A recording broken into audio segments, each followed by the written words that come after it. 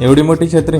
थांबा थांबा, सुरुवातीपासून पहा. तर राम राम मंडळी. 8 दिवसाची सुरुवातच रोटर मारण्यापासून झाली. मग काय, पटापट रोटर मारून गेलो मस्त थंडगार पाण्यात पोहायला.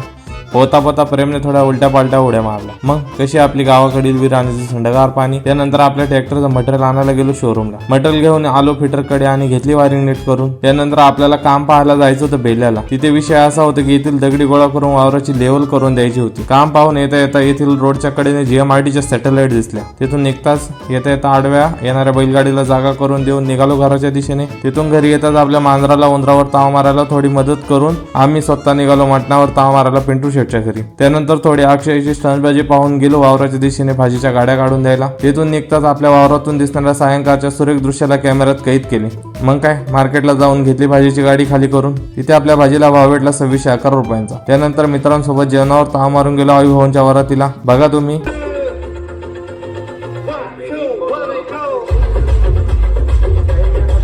नंतर नवरदेवाच्या हस्ते देडव्याचा कार्यक्रम सुरू झाला. थोडा वेळ देडवा नाचून निघालो घराच्या दिशेने. चला भेटू नेक्स्ट व्लॉग मध्ये.